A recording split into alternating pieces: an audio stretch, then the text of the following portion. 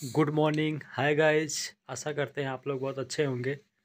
चलिए एक कहानी सुनाते हैं जिसमें राजा के 7 बेटियों की कहानी है। राजा तथा उसके 7 बेटियों की कहानी। दोस्तों, यह कहानी बहुत समय पहले की है। किसी नगर में एक राजा रहता था। उस राजा की 7 बेटियां थीं। उस राजा के राज्य में प्रजा बहुत सुखी थी। उसके राज्य में प्रजा को कोई तकलीफ नहीं थी। एक दिन राजा के दिमाग में एक विचार आया। राजा ने अपनी 7 बेटियों को बुलाया और अपनी सभी बेटियों से पूछा, ये बताओ तुम लोग किसका दिया खाती हो। राजा की 6 बेटियों ने उत्तर दिया कि पिताजी, हम सब आपका दिया खाती हैं और आपका ही दिया पहनती हैं। राजा की 7वीं बेटी, जो कि सबसे छोटी थी, उसने अपने पिता से कहा कि पिताजी, मैं तो भगवान का दिया खाती हूँ। यह सुनकर राजा अत्यधिक क्रोधित हो गया। उसने कहा कि सबको मैं खिला रहा हूँ और ये कह रही है कि मैं भगवान का दिया खाती हूँ। राजा ने अपनी 6 बेटियों का विवाह राजघराने में किया, लेकिन अपनी 7वीं बेटी का विवाह एक गरीब लकड़हारे से कर दिया, जो कि जंगल में प्रतिदिन जाकर लकड़ियाँ काटता था। वह किसी कारणवश बीमार हो गया था। वह लकड़हारा एक कदम भी आगे नहीं चल पा रहा था। इतनी दयनीय स्थिति उस लकड़हारे की हो गई थी। ऐसे लकड़हारे से उस राजा ने अपनी छोटी बेटी का विवाह कर दिया। राजा ने अपनी बेटी से कहा कि तूने ही बोला था कि मैं भगवान का दिया खाती हूँ, तो अब तू उसी का दिया खा। वह लड़की भगवान की इच्छा मानकर खुशी खुशी उस गरीब लकड़हारे के साथ रहने लगी। वह लड़की प्रतिदिन जंगल से लकड़ियाँ काटकर बाजार में बेचती तथा उससे जो पैसे मिलते उस पैसे से अपने पति के लिए दवाइयाँ तथा खाने के सामान के साथ साथ दूध भी लेकर आती। लकड़हारे की पत्नी ने उसी जंगल में एक कुटिया बना लिया था तथा उसी कुटिया में दोनों लोग रहने लगे। लकड़हारे की पत्नी बहुत दयावान थी। उसी कुटिया के बगल में एक नाग का जोड़ा रहता था। लकड़हारे की पत्नी सुबह एक कटोरे में दूध लेकर वहाँ नाग के बिल के पास रख देती। वह नाग प्रतिदिन दूध पीता।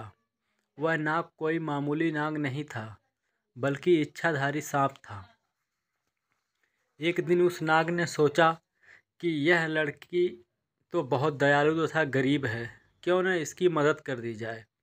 एक दिन उस नाग ने लकड़हारे की पत्नी के स्वप्न में आकर कहा कि बेटी, जिस स्थान पर तुम दूध का कटोरा रखती हो वहाँ पर तुम गड्ढा खोदना, तुम्हें बहुत सारी संपत्ति मिलेगी।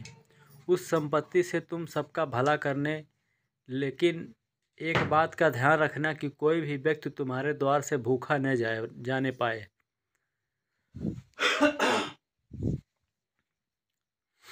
लकड़हारे की पत्नी सुबह उठी और जिस स्थान पर नाग का जोड़ा रहता था वहाँ पर उसने खोदना शुरू किया। उसकी पूरी तकदीर बदल गई। उसे इतना ज़्यादा सोना मिल गया कि उस धन से उसने एक महल बनवाया। उसने पूरा एक नगर ही बसा लिया। वह प्रतिदिन भूखों को भोजन करवाती थी। उसका पति भी अब पूरी तरह से स्वस्थ हो चुका था। एक दिन लकड़हारे की पत्नी सबको भोजन करवा रही थी। तब उसने देखा कि लाइन में सबसे पीछे उसका पिता तथा उसकी 6 बहन भी लगी हुई थी। उसने सबको पहचान लिया और अपने पिता से पूछने लगी कि पिताजी, आपकी ऐसी हालत कैसे हो गई। उसके पिता ने कहा, बेटी, मेरा सारा राजपाट छिन गया। तुम्हारी इन 6 बहनों को इनके पतियों ने धक्के मारकर अपने राज्य से बाहर निकाल दिया। अब हम सबकी यह दशा हो गई है कि हमें भी लाइन में लगकर भोजन करना पड़ रहा है। उन सबकी ऐसी परिस्थिति देखकर लकड़हारे की पत्नी ने अपने पिता तथा अपने 6 बहनों की मदद की। तब उसने अपने पिता से कहा कि देखा पिताजी, मैंने कहा था कि हम सब भगवान का दिया खाती हैं। उसके पिता ने कहा, तुमने सही कहा था। अब मुझे भी विश्वास हो गया है कि हम सब भगवान का दिया खाते हैं। दोस्तों, आपको यह कहानी पढ़कर बहुत कुछ सीखने को मिला होगा। दोस्तों, इस धरती पर जब कोई बच्चा जन्म लेता है तो वह अपने भाग्य को भी अपने साथ लेकर आता है। वह किसी के भरोसे नहीं रहता है, क्योंकि सबका पालनहार वह परमेश्वर है। जो कुछ देता है सब कुछ उसी के ही इच्छा से होता है।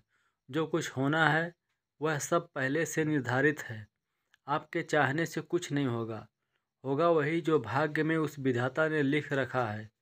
इसलिए हमें कभी किसी बात की चिंता नहीं करनी चाहिए। भविष्य को भविष्य के गर्त में ही रहने दो। जो वर्तमान में हो रहा है उसे देखो।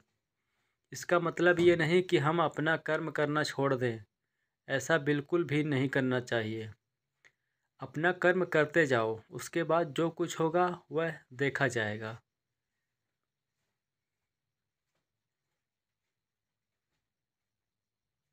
जय हिंद, जय भारत। हमारे इस चैनल को ज़्यादा से ज़्यादा सब्सक्राइब, लाइक, शेयर करें।